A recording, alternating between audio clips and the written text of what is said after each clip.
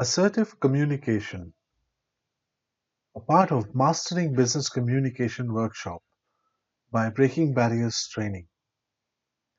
In this workshop, we will try to find out what is assertive communication, and with the help of certain techniques, we will understand how we can be more assertive in our communication.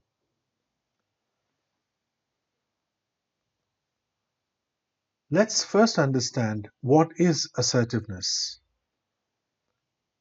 Assertiveness is a social skill that relies heavily on effective communication while simultaneously respecting the thoughts and wishes of others.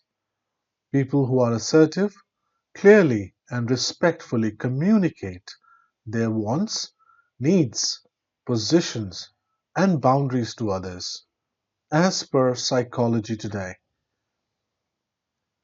Let's look at some assertive sentence formation examples.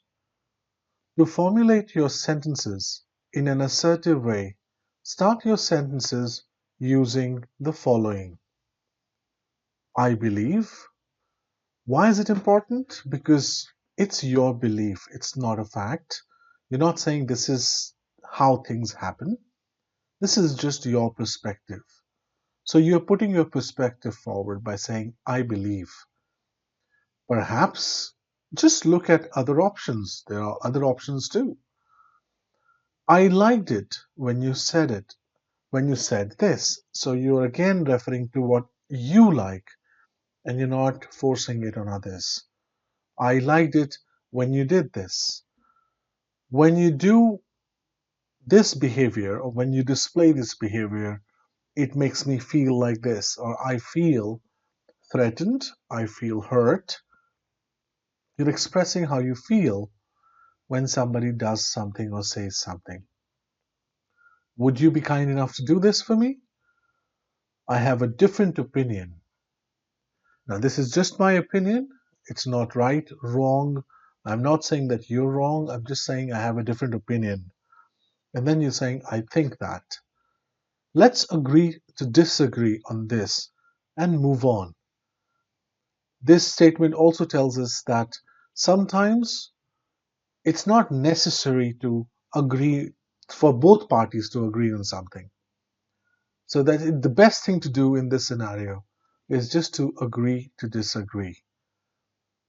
When you do this, I feel this way because I have decided not to do this again, or I have decided not to continue with this. Now, this is my decision. It has nothing to do with the other party. I would not like to do this, or I won't. As you've noticed, there are a lot of I statements in this list. Let's look at more uses of the I statements for assertiveness. Use of I statements to focus the conversation on you and not blaming others. The best thing about I statements is that you're saying that I am not able to explain it rather than you are not able to understand.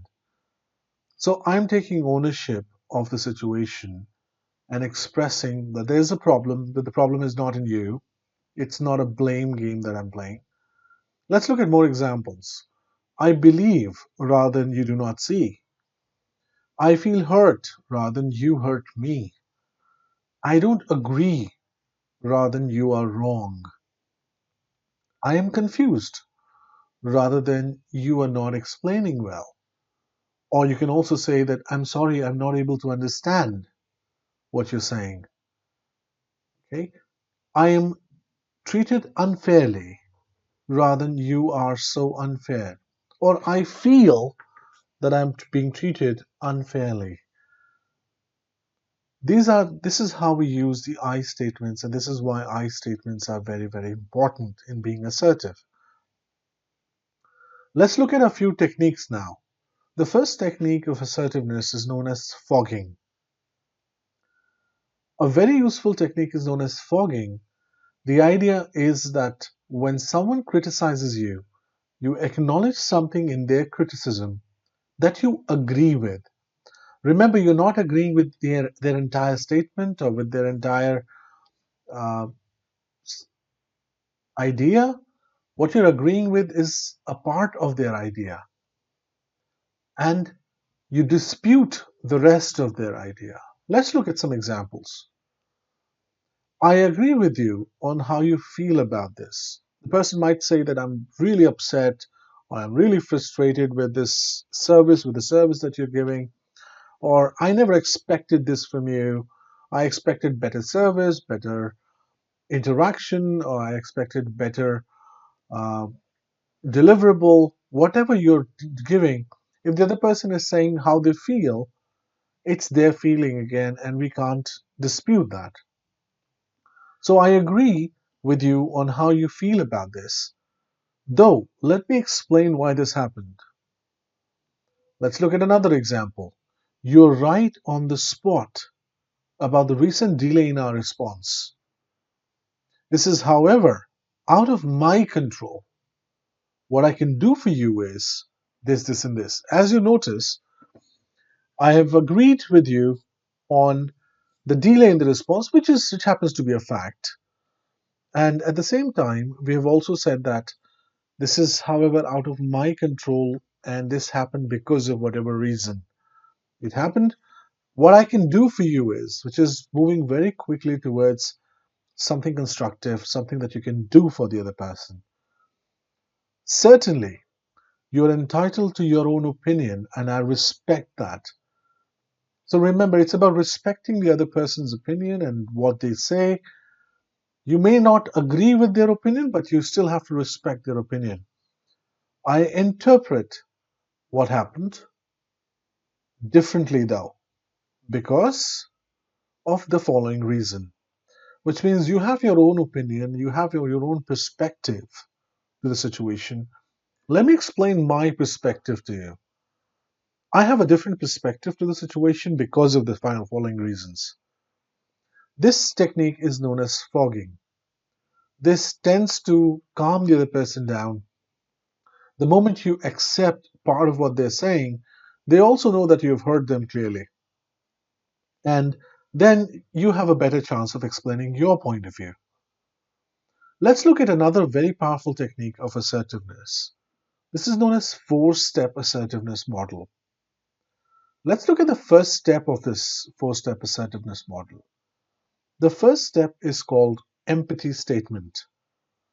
Let's see an example. I understand your point of view or your need.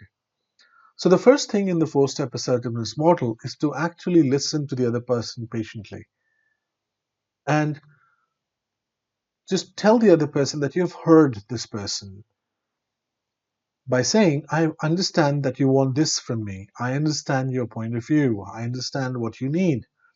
And it is important for you. And then you get the objection up, saying that, I do understand what you're saying. However, I believe, this is where we're using the I statement again. I believe this may result in negative consequences for either you, me, in long term, or for both of us. So we're talking about the consequences. We're not saying you're wrong or I'm right. I'm just saying I believe this may result in negative consequences. The third point is the solution. Therefore, I suggest we do either this or that, give one or two alternatives, which will lead to positive consequences for all parties involved. Sometimes, so for some, it may be short-term gain. For others, it may be long-term gain. But whatever satisfies both the parties, do remember assertiveness is not about winning alone. Assertiveness is about winning together. And then you want an agreement from the other party. So you throw the ball into their court, saying that, what do you say? Now, let's say they say that I don't agree with one alternative. You come up with the other alternative by saying, okay, then what if we do this? Then what if we do that? And from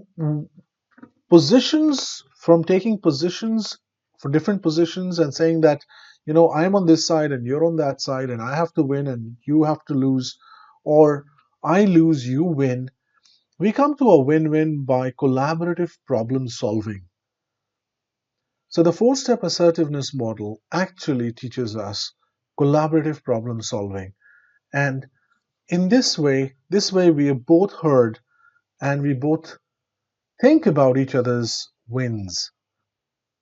This brings us to the end of this short session on assertiveness.